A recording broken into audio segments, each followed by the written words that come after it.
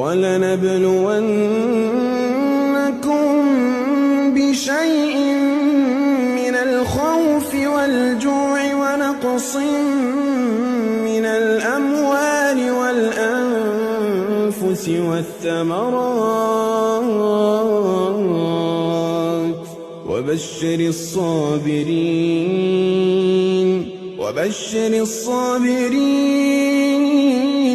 وَبَشِّرِ الصَّابِرِينَ الَّذِينَ إِذَا أَصَابَتْهُم مُّصِيبَةٌ قَالُوا إِنَّا لِلَّهِ وَإِنَّا إِلَيْهِ رَاجِعُونَ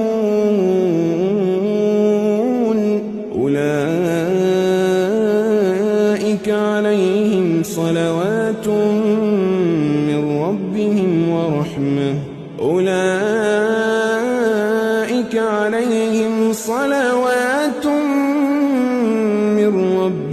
وَرَحْمَةٌ وَأُولَٰئِكَ